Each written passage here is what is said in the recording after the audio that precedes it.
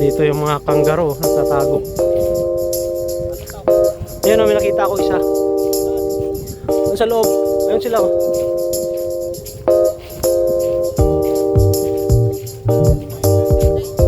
May nakahiga pa nga doon eh.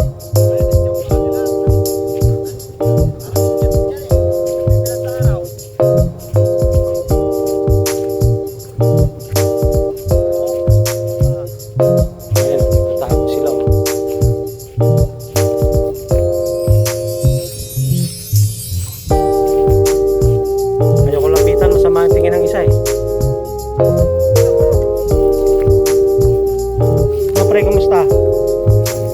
Utang eh. Nag-aangil. Kalabas ng ipin eh.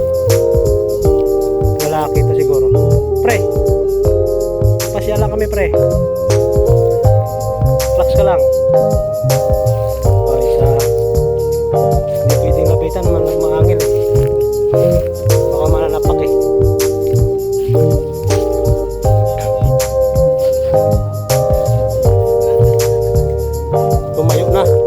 Tumayo ng isa. Oh, yan o. Lalaki siguro yan.